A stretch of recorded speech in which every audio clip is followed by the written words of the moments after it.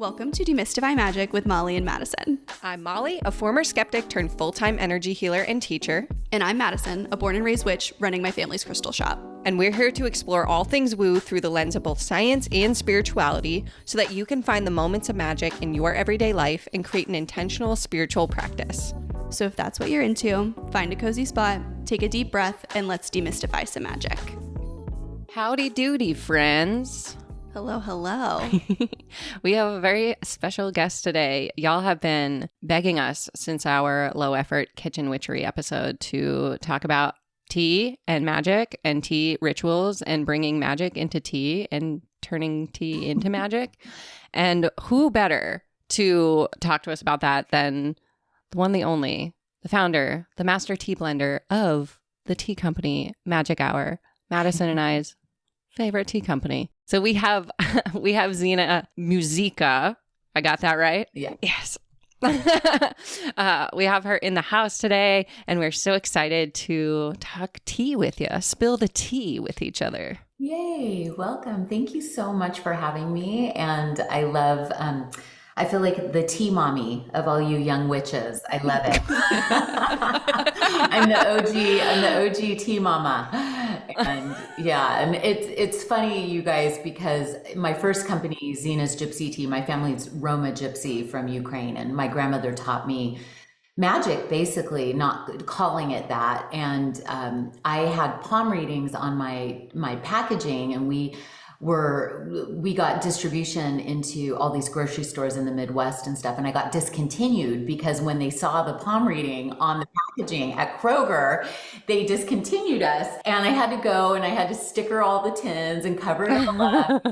And it's so fun with this tea company 20 years later, where there's so much less fear around our witchy ways and being ourselves and talking about, herbal medicine and talking about magic. And thank God for you guys. Like, you guys are a generation where you're going to make it normal again. And I'm just so glad that I was there in the beginning to sort of start chopping away at the angle of conservative thinking that's just limited. And, magic is our birthright. So I'm really excited to be here with you guys, you little magicians.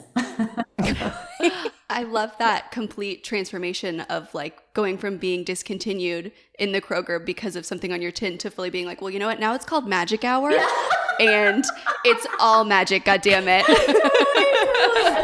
Suck it, Kroger. Yeah, exactly. Well, and what was amazing back then is I knew I was right, but I was so young. I was in my 20s and I was a single mom. I had very little resources, but things kept happening, like magic doors kept opening, and we ended up in 20,000 grocery stores. I raised $8.5 million in venture capital.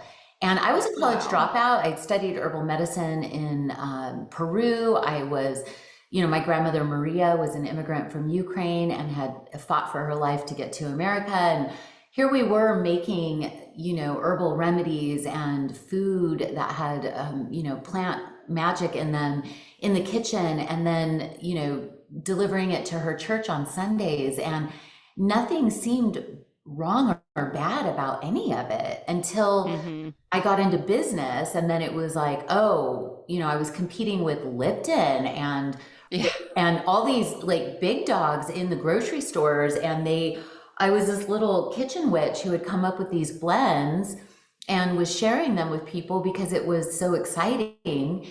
And then all of a sudden, the venture capitalists loved it in the beginning, but then they wanted to turn it into a women's diet tea. And that's how I got fired. I'm sorry, I'm a founder of fair trade. I'm not a founder of telling women they have to change their bodies. Like becoming whole is cool. Becoming, full of vitality and joy is cool, but telling them like their pitch, they brought in a CEO from Nestle, and the guy, his pitch was lose 10 pounds in 10 days for $10. And I was all, I'm out.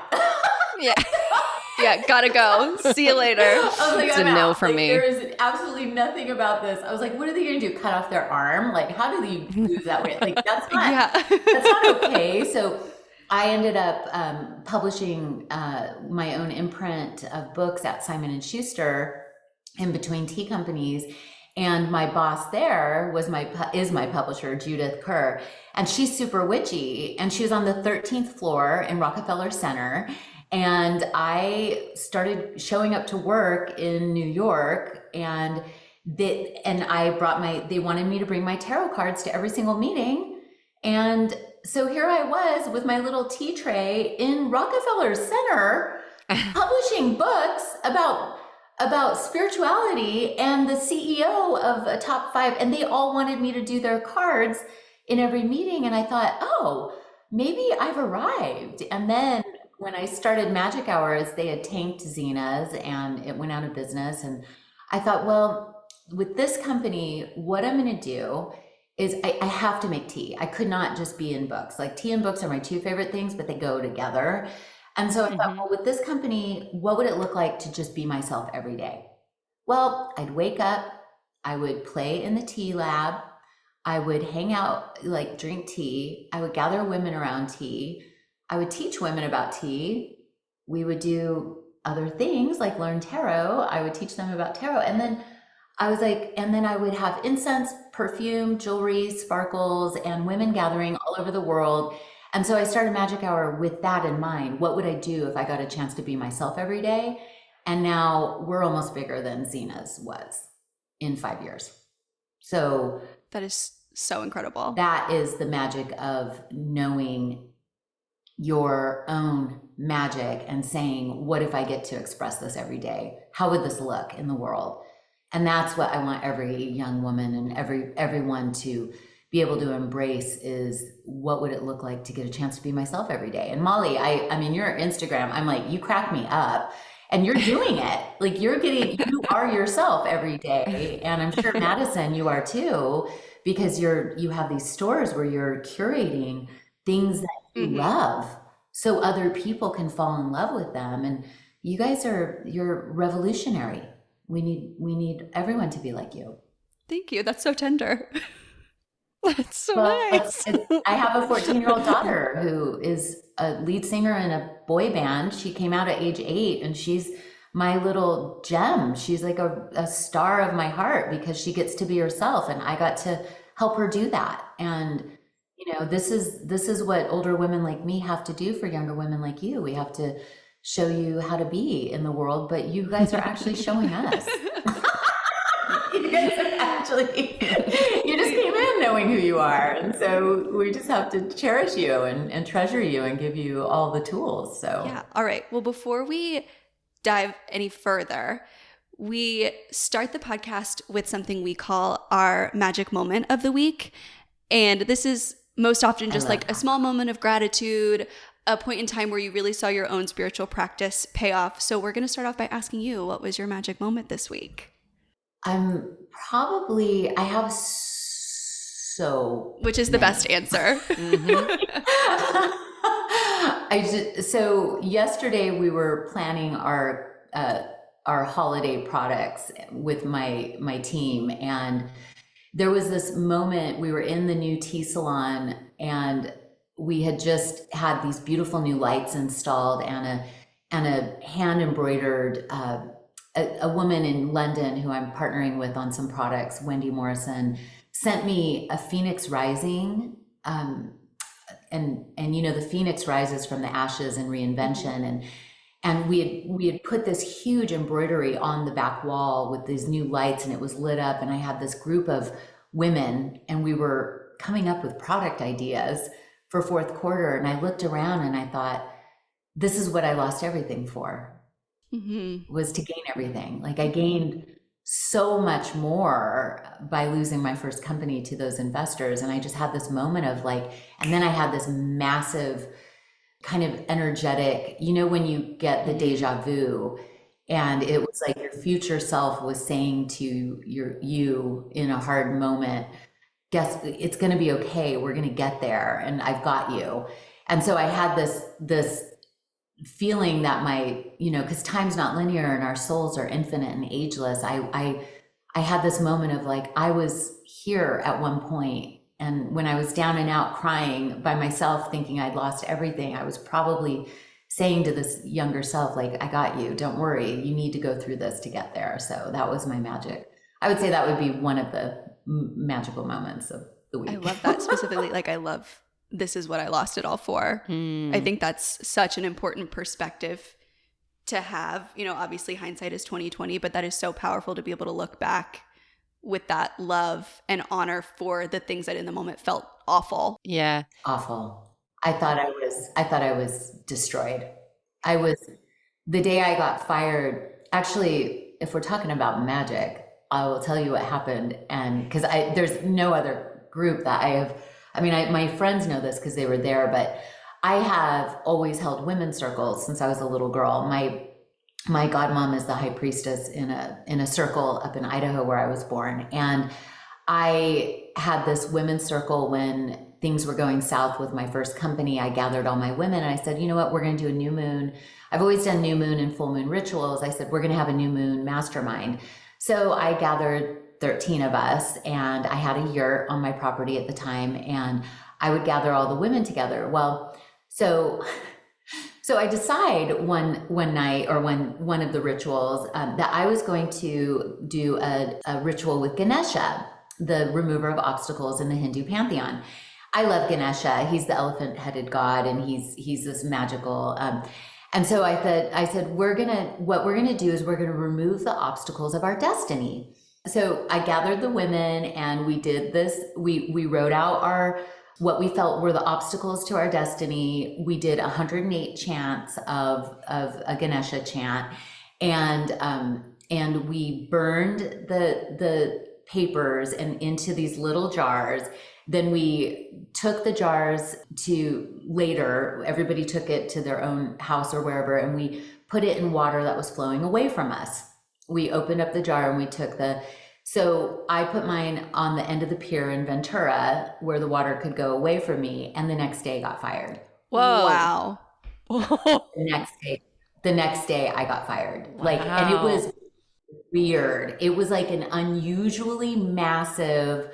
The chairman of my board called me from New York, and I was like, hey, did you get my note about those diet teas? I was like, I'm going to fix them, and we can't market them that way because that's really destructive. But, you know, I used to have an eating disorder. I don't really want to have my name on this, and blah, blah, blah. And he freaking fired the shit out of me. Like, he started screaming at me that I was a crazy, fraudulent B word, like went off. Wow. Like, it was really weird. And this guy was like Wall Street hardcore, running for Congress at the time. He was gnarly, but he wasn't that gnarly.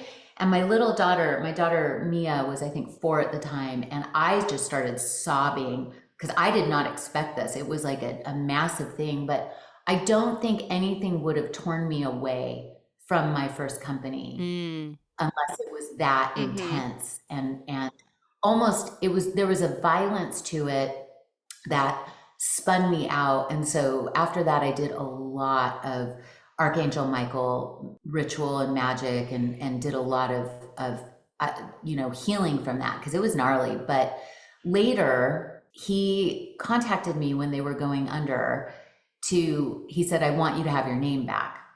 And because they owned the trademark to my first name. And I said, well, why? I guess they were my grandfather survived 5 years in Buchenwald and a year in Sachsenhausen. They were, labor camps in Germany, and my grandfather was a freedom fighter in the Ukrainian nationalists. So what happened was he was going with his wife to go see the labor camps, and he said, I'd like to look up your grandfather's name. And I felt suddenly that I had healed a whole lineage. And what ended up happening was he didn't end up selling me back my name because he said I gloated on social media that they had failed. And I'm like, yeah, I think I might have kind of did that. Yeah, I think I did gloat a little.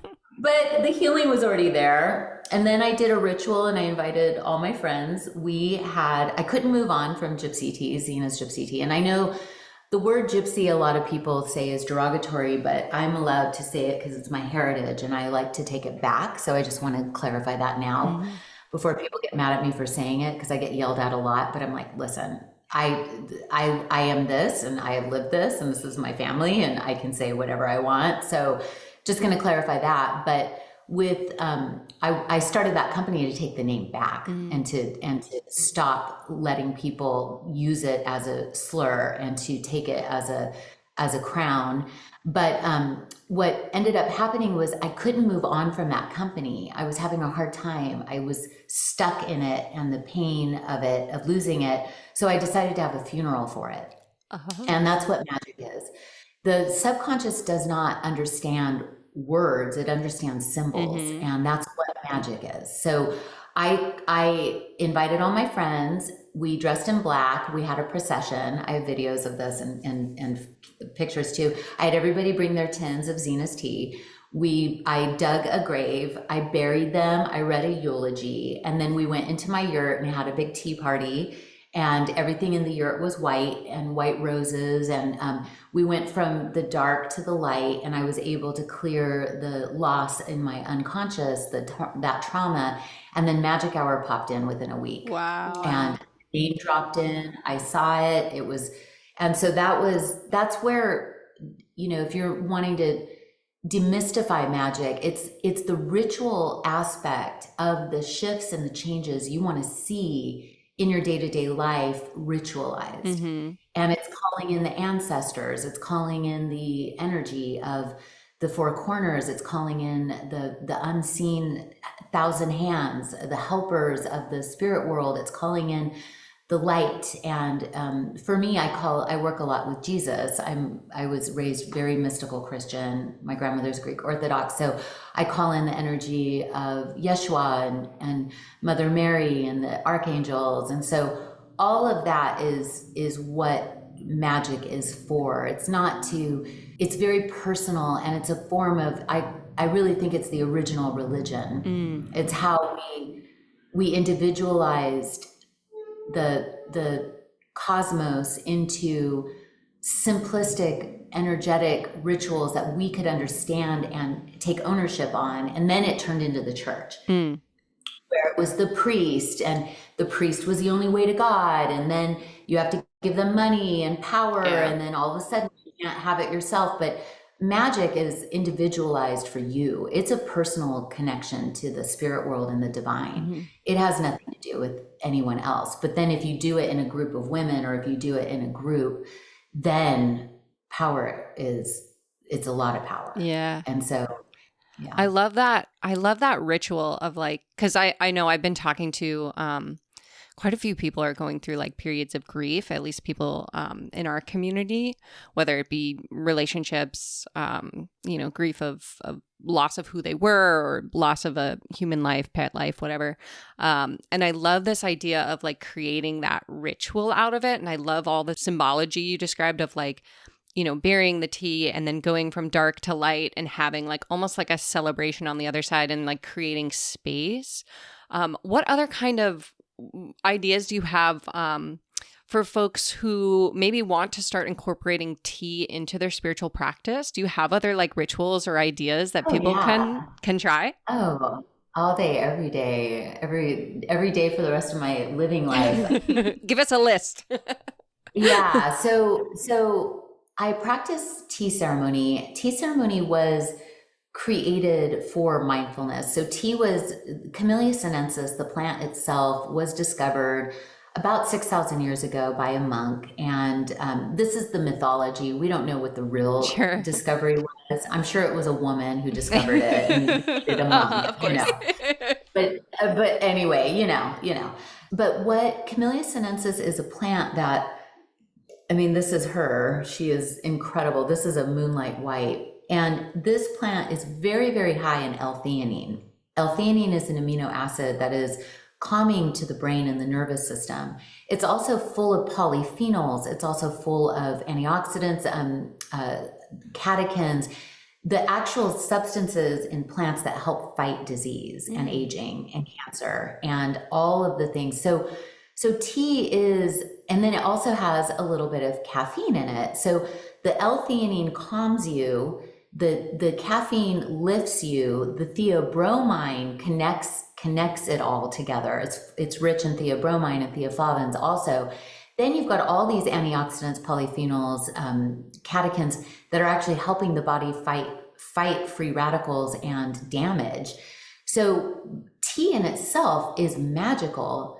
But Einstein had a quote we were talking about yesterday. There's only two ways to live your life. One in which everything is a miracle or nothing is a miracle. Mm-hmm. You can't see one thing as a miracle and not everything else. Mm-hmm. Like, it's impossible. That duality it should not exist. And tea helps the mind be non-dual. So I see tea as, if we can appreciate it, and I teach a ritual of heart appreciation. I'll guide you through one. But if we can appreciate it for the miracle it is, then everything in that moment is a miracle. Mm. So in the morning, you can throw a tea bag in a cup and throw some hot water on it and scroll on social media or do whatever you do, or stress out about the day or be unconscious, or you can allow the leaves to unfurl in full water, watching them and realizing the miracle that is your life. So I always, as the water is boiling, I will always name gratitudes, like, thank you, God, for allowing me to wake up this morning. Like, if I can't think of anything, I'll be like, okay, like, thank you for another day. I see the sun. Yes, there's climate change and global warming, and it's scary as fuck, but I am alive, and the sun is shining, and the sun does bring life, and the sun does actually create photosynthesis, and the plants outside are actually they're green because of the sun. And so carbon is not necessarily the enemy. Carbon also is our DNA. We are made of carbon. So maybe we can, so it's just a shift. Yeah. You see, if you can take that moment and center it around your cup of tea, and you can name 3 gratitudes, you can go into that state, you have actually shifted reality. Your mind is projecting reality onto substance. The earth is a playground. You can either make it magical, or you can make it destructive and fighting and divisive and unmagical. You can either make it about politics, or you can make it about connection. You can make it about love, or you can make it about fear. So that morning, you have a moment, and the Buddhists say, every morning we are born again. There is a rebirth every morning. So you could have screwed everything up and destroyed your life yesterday, but today you were born again. And that is the key. When we say, like, born again Christians, or we say born again, you have rebirthed. And you do it, you have a chance every day. Your cells are turning over every day. So you might eat a bag of chips and slam down a bottle of wine and ate a bar of chocolate and screwed everything up yesterday. Today, your cells have another chance. You can drink some white wine, or you can drink some white tea. You can drink some, black coffee, or you can drink some black tea that is full of theoflavins that will detoxify you. You can hurt yourself, or you can love yourself. You can decide to stop the negative self-talk, and you can decide to speak kindly to yourself, as I call words of honey. These are shifts that you are in charge of. If you want to shift your life, you consciously get to do it in the moment. It doesn't happen outside of you. There's no guru who's going to come save you. Jesus isn't coming back. Sorry to tell everyone. Jesus is consciousness, and you have to be conscious enough to meet Jesus at that consciousness, right? There is no savior coming to save you. You are within you. So this is the shift that we have to come to, and that starts with a cup of tea. So 3 gratitudes. If you can come up with 3 gratitudes in the morning, you shift your whole life. And if you can take breath into your heart. So what I like to do is I will close my eyes. I will breathe 3 deep breaths into my heart. And I'll expand the green emerald energy first into the cup. And then with the second breath, I'll take the breath into the room. And that's that beautiful emerald heart chakra energy. And that's the energy, the color of chlorophyll, the color of green tea, the color of plants, the color of renewal. Green is renewal. It's healing. It's soothing. Then the third breath, you try to reach it to the moon or the stars or the sun, whatever's in the sky at the time. And that is something. And then you realize you are, the heart is where all the transformation is created. It's all the lower chakras meet there with the upper chakras to transmute energy. So you can focus on your heart. That's another simple ritual. There's so many. I mean, I'm writing a book about them all right now. So sign us up. Yeah. We want a copy. Oh yeah. I'll send you the transcript before so you can tell me how easy or hard they are. That's the thing. Magic is easy. Mm-hmm. Yeah. That's what we always say. You are the magic. The ritual comes after. I love hearing you talk about it, like this really immense, deep, powerful transformation that can happen in 5 minutes over a cup of tea. It really is that's simple. Right. Yeah. 1 cup at a time. It's the whole point of magic hour. Mm-hmm. It's like we call it magic hour, but it's really magic minutes because not a lot of us have hours to spare. Yeah.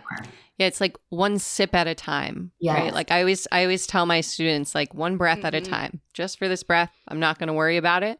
Yeah. Just for this sip, right? Just for this next sip, just for this 1 cup, you can start again. And I almost feel like every time you pour a cup is like that moment of rebirth, that moment of choosing, like you said, am I going to scroll on my phone or am I going to feel the warmth of the tea in my hands? Am I going to smell the aroma? Am I going to, feel the feeling of it in my mouth? And it's so interesting because I'm over here. This is my 4th cup of tea. I'm slugging the Mercury retrograde tea today. I can't. Here, I was like, it's Mercury retrograde.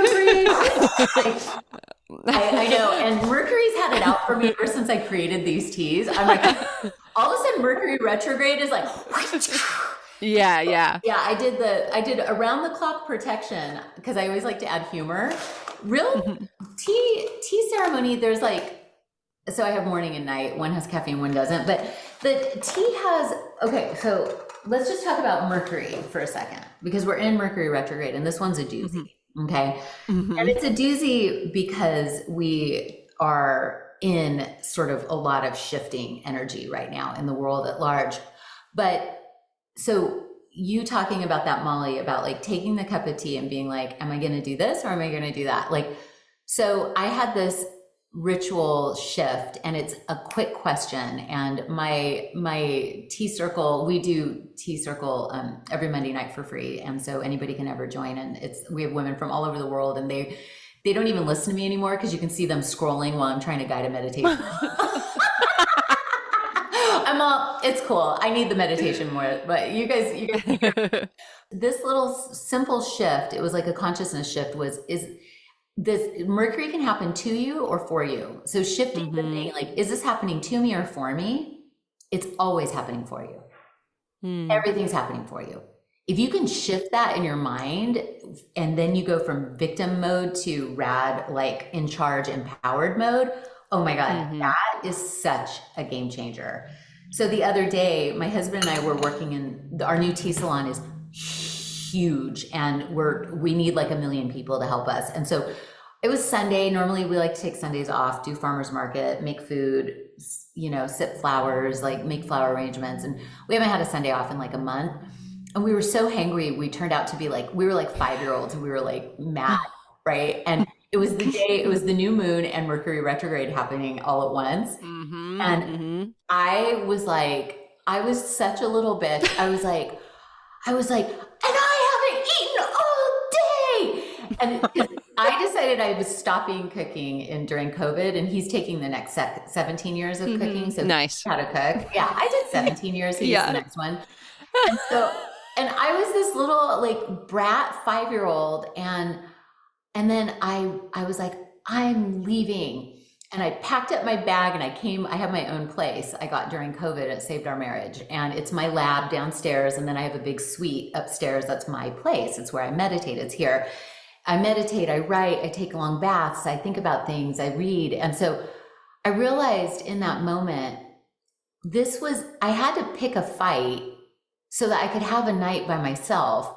Was that happening to me or for me? And I thought, it's just consciousness. I just needed a night by myself, and so did he. And I ended up spending 2 nights by myself here at the townhouse. All my girlfriends call it the clubhouse, and they say I've cracked the code of marriage by getting my own place, but it works. And then now we have so much to talk about 2 days later. We're having so much fun, but that was the thing. It was like, if you're conscious of yourself, right? It's like, oh, we got in a fight. I could have been like, oh, he didn't make dinner in time, even though he was working by my side all day in the new tea salon. Come on. But it was is this happening to me or for me? I went from this happened to me, I'm hungry and I've been working too much, to, oh, this is happening for me. I can DoorDash Mexican food and take a bath and like read Women Who Run with the Wolves for the 200th time. Like, but that is your whole life, right? Getting fired from the tea company, that happened to me, but it also happened for me, right? So you guys finding each other, right? There probably were things that happened that looked like they were negative for you guys to find the right, like partnership or do you know what I mean? Like all the things are just adjustments and alignments. And Mercury retro is just an adjustment, realigning you. So when it goes direct, you're more aligned with your destiny and your purpose. That's it. I love that perspective on Mercury, especially like it is, to me, it feels like a jar that like Mercury just comes and shakes the jar and it really like not much changes. It just brings my awareness to where things were previously out of alignment. I love the tea. I love like I've been incorporating a lot of tea into Mercury retrograde because it's really roughing me up this time. But I saw this take on Instagram that I'm now obsessed with that I've been bringing into my tea ritual. And it's that this fear of Mercury retrograde is actually rooted in capitalism because that like productivity and go, Mercury disrupts that. And so now all of a sudden our technology is slower, our communication is broken, our transportation is harder, and that impacts capitalism more than it impacts us. And so Mercury retrograde asks us to slow down and rest and take stock. And I feel like that's what I've been bringing into my tea lately. That's why I love like that you have a Mercury retrograde tea, because now when I make my cup, I'm like, okay, just for the sip, I'm going to not throw my computer out the window, right? Like, the striving. You're right. Yeah. And all the herbs in that blend are ruled by Mercury. So astroherbology is how I formulate. So I'm drinking. Tell us. Oh yeah, I need to know more. Everything about that. Okay. Yeah, take us down the rabbit hole of that. Yeah. So astroherbology, there was a time before capitalism, and if we're going there, Molly, I love that you went there, is because we have to be capitalists, but we have to be conscious capitalists, right? Like Madison, you have a store that is trade, and that has to be conscious. And the merchants of old, they were sacred because they were bringing treasures to people along the spice trails or along then greed got in the way and created colonialism and a form of capitalism that's no longer sacred. It's about getting the most and destruction. And that's the part that has to be healed, but it can only be done by the feminine. But astrology and astronomy and astrology and botany, all of it was one science. So Culpeper back in I think it was the 1500s, 16th century. I have the books here. But astrology, all plants are ruled by certain planets. Planets. So you start looking, so some plants are ruled by Venus and they help you, like my blend, the Venus tea for beauty sleep, those are all nervines that relax the nervous system. So there's an actual science and biodynamics, which Magic Hour, most of our base teas are all certified biodynamic. Biodynamic was created by Rudolf Steiner. It's a system that took in astroherbology and all the different systems, and it grounded it into how to nourish soil to increase the microbiome of the soil, the microorganisms, so that the soil is so alive that the plant is in harmony with the soil, and it's so alive that it vibrates at a higher level, raising the vibration of the garden attracting the right bugs. And then the farmer is part of that. And then the planetary motion is part of that. So we say align your cup to the cosmos, because literally the garden where Gerard and I were married in a Lakshmi temple, the goddess of fortune, where all of these aprons come from. We built a sewing center there for the girls. They're all making these gorgeous aprons, all that stuff. But that garden where my staff has been, where my kids have grown up, like that garden was the first biodynamic garden they have a whole office focused on planetary motion, where they actually plant with Venus in mind. They trim when Mercury's this, and it's all moon based and wow. So biodynamics are astroherbology, and then our bodies, right? If I'm Sagittarius, Capricorn rising, Aquarian moon, my body needs certain things because of the time of year I was born and the chemical makeup of the influence of the planets. If we think we're on a planet that's spinning around the sun and there's no bearing with other planets, we are ridiculously ignorant. The planets, I mean, gemstones actually balance with the planets to create watches. Like that's normal. Like, how come scientists can say that, but then they can't say astrology affects us or the plants or any of that? That's insane. So if you guys want to get into true plant medicine, and this is all, I'm going deep into this in my book, but astroherbology used to be how herbalists worked. And then, yeah, this is normal. So all we're doing is you guys are remembering. I'm remembering. We're remembering. Yeah. That's it. That's all we're doing. We've actually been dismantled, and we're remembering and putting ourselves back together after colonialism and all the bullshit of greed has ruined our environment and made us disempowered. And I mean, look at how I got fired from my first tea company because I didn't want to promote plants as a way to lose 10 pounds in 10 days for $10. What the fuck is that? That's the exact problem of everything. And that was a bunch of dudes in an office drinking Coca-Cola, thinking that they're going to make a bunch of money, and freaking for what? Some big exit plan to do what? To golf? I mean, that is insane. Yeah. What, like, I would do this. I'm going to do this until I die. Not because I'm going to have a big exit plan, but because it's what I would naturally do every day anyway. I would make beautiful plant medicine to share with the world, to heal myself and others in a loving, kind way, ritualistically through magic and aligning with the cosmos and the soil. Like, what else are we doing on planet Earth, right? Like, I don't get it. So, so we can have some big exit. Let's. And then they invested $5 million to get us into Rite Aid. Oh yeah, and that's gonna do well. You want to know why? Because women aren't gonna buy that shit. It's stupid. No one wants to be told like they're not beautiful. That form of advertising and that form of capitalism, you're so right, Molly. It's over. And you guys, your generation and my daughter at 14, like, these kids know bullshit when they see it. Thank God. Yeah, we have to get back to our roots, and our roots are in the ritual of nourishing the soil so the soil can nourish us. Yeah. And so I have to know, like, how did this start for you? How did you get into astroherbology? It seems like it's really tied to family for you. It seems like you were kind of, like you say, raised mystical Christian. I love that terminology. Like, what kind of snowballed into what is now Magic Hour? It seems like it's really like tied to your core being. And I love that. Magic Hour is, honestly, when I started it, I said, dear God, please show me what you put me on the planet to do. And I saw circles of women all over the world sipping tea. And they were light circles, and they were, we don't have to take credit.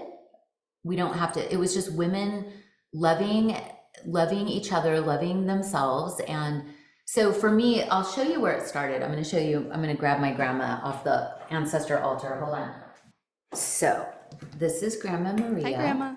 And she escaped Stalin, and she walked from Eastern Ukraine, Kharkiv, where the bombing is happening so much. And her sister, Zhena, was left behind. She stayed. She chose to stay. So Zhina's family is still in Kharkiv, and they have survived so far with all the bombings in this war. But my grandma Maria, when she got here, they basically, she taught me how to get my hands dirty in the dirt and to grow food and herbs. And she taught me all of that. So in my core, and it was funny because my dad, a few months ago, I was formulating in my lab here, my little kitchen, and my dad's this gruff firefighter dude, really, really, really conservative. When I was on book tour and I was on Fox News all the time, he like was so proud of me. I was like, if they only knew. Anyway, so that's how tea connects us. That really does. But my dad was saying, "Oh, Z, this is how you were when you were 3." You know, it was just so grandma would always just make everything, right? We made everything. We had like one time I had a cut and she put a piece of bread with honey on my cut. And I was like, "What's happening?" And she's like, "Oh, the yeast in the bread will coagulate the blood, you know, and the honey is, and it turns out honey's antibacterial." And like, so you start to see like, and so my grandma, what started for me was watching her make our sustenance in dirt out in her garden. And she had a massive garden. And I was just there for it. I mean, my nickname was Cave Baby because I was filthy all the time, barefoot, like probably half naked, like in the garden, like putting the hose on stuff and getting into the mud. But that sort of grounded energy, when I ended up building, I mean, Zhina's Gypsy Tea, I built it into a massive business. And it was when I got to the tea garden in Sri Lanka and I saw the soil and the vibration of those plants, I was like, what is the difference with this garden? Because it was like my grandma's garden. I was like, what is it? And they were like, we feed the soil other herbs, we feed the soil silica. They use quartz crystals. We feed everything with the moon. And Yana Sacrum, my mentor, he showed me, I mean, we have videos of all this. We need to get it up on the site. But I was like, oh my God, we're aligned with the planets and the little tiny microorganisms in the soil, and we're the conduit. Boom. Like there's nothing like that is, and that's all of our core. We are actually made of stardust and we came from dirt and we'll return to it. You know what I mean? Like, what is the soul that was created? This crown jewel of consciousness, that's us.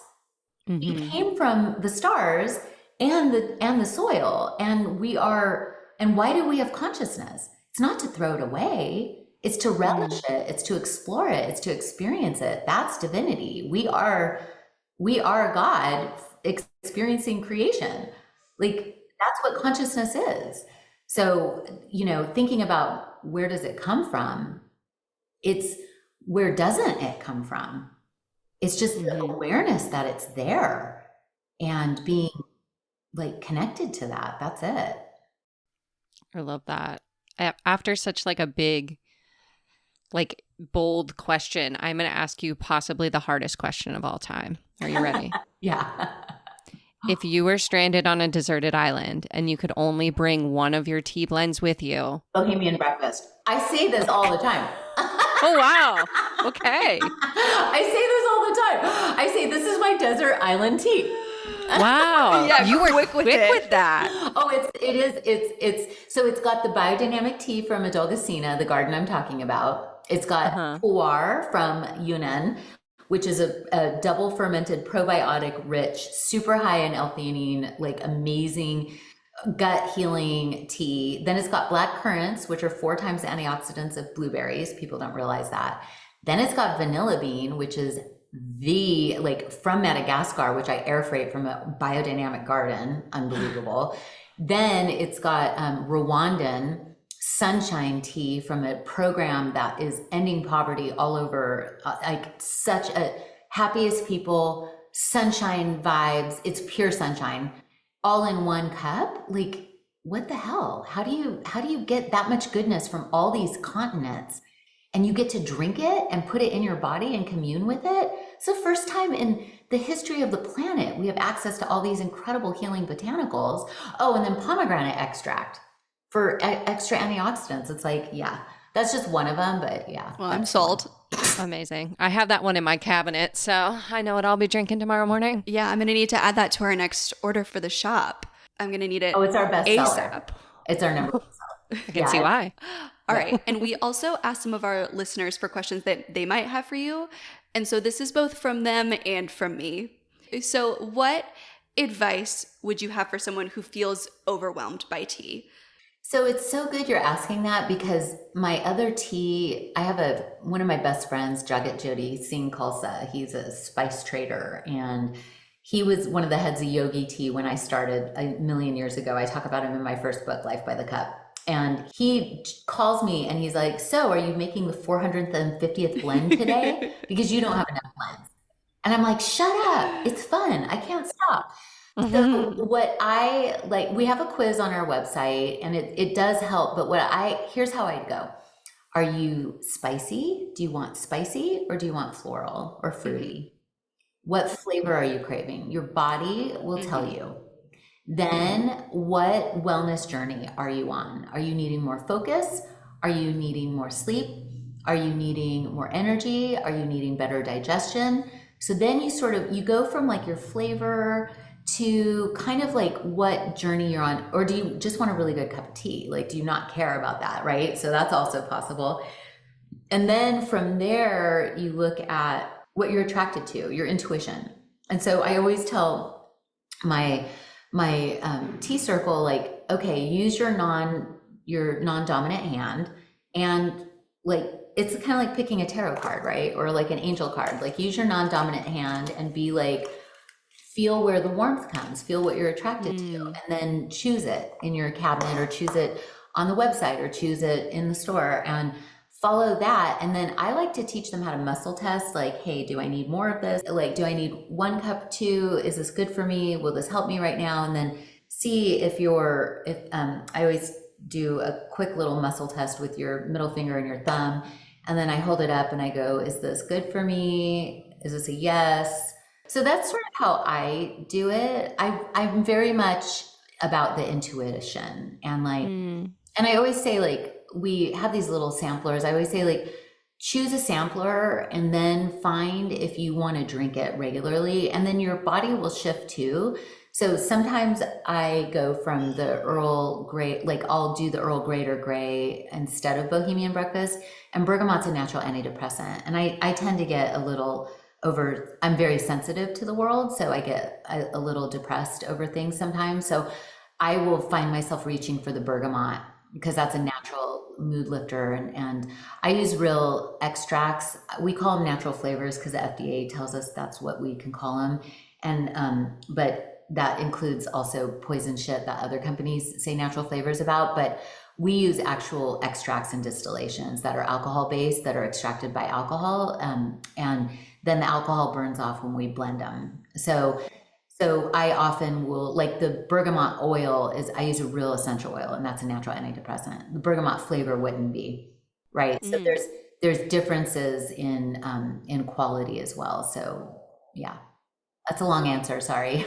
No, that's okay. I love the call back to the intuition, especially when it's coming from someone who is like so deeply knowledgeable in something. To hear you say that it still comes down to intuition for you is like, okay, that gives me full permission to just be like, whatever I feel called to.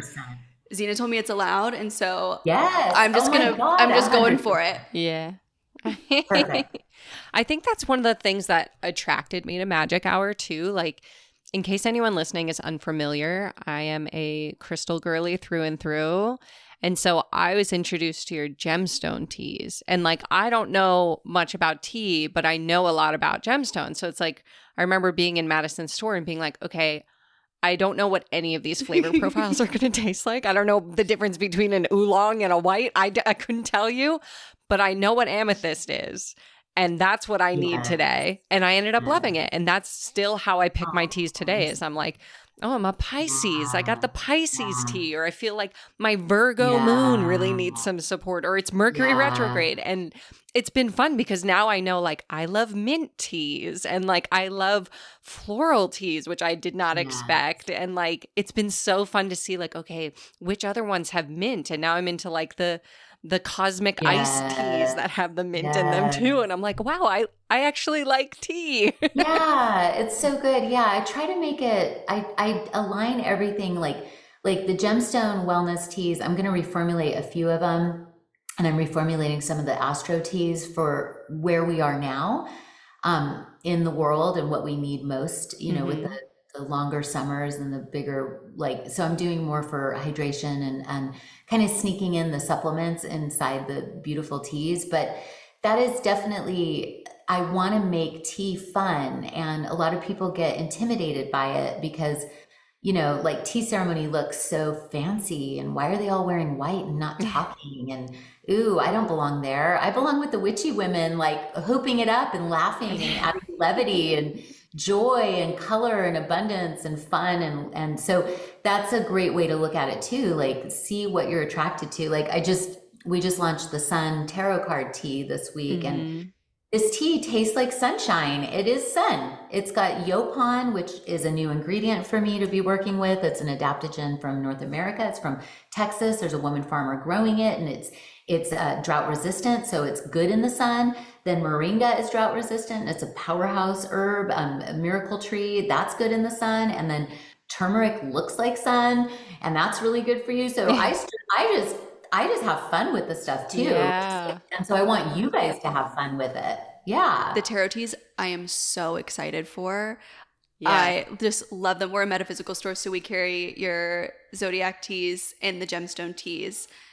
And I was like, yes, another witchy thing that I can put on the shelves. Oh, it's I want the whole deck. Okay, here's my perfect world.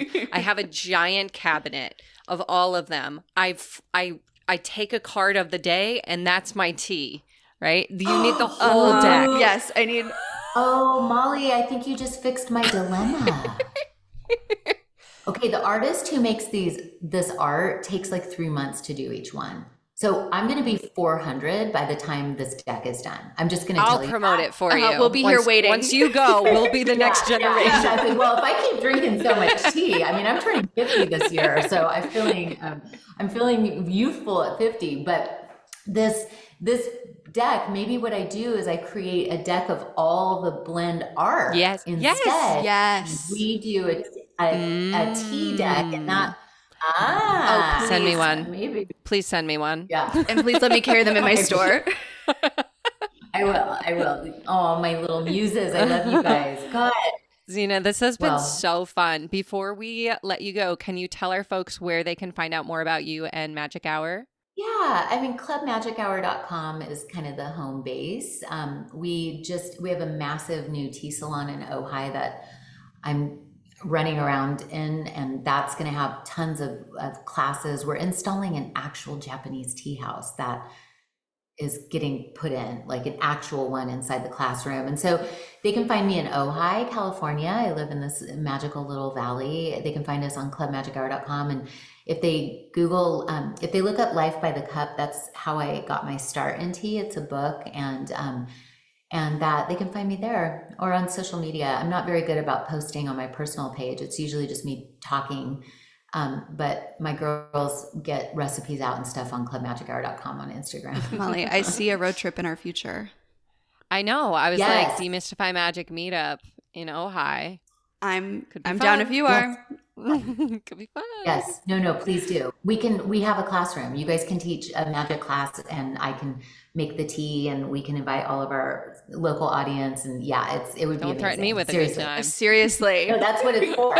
And you guys can stay in my townhouse too. I have guest rooms. All right. An invite to the clubhouse and Yeah. everything. Yes! It's a girls club. Okay, cool. Well, thanks you guys. It was such an honor to be with you. Thank you so much for being here. Bye. Thanks for listening to Demystify Magic with Molly and Madison. If you want to learn more about us, you can find all our links in the show notes. We'd love to know what you think of today's episode, so drop us a review or give us a shout out on social media. And don't forget to let us know your magical moment of the week. Okay, love you. Bye.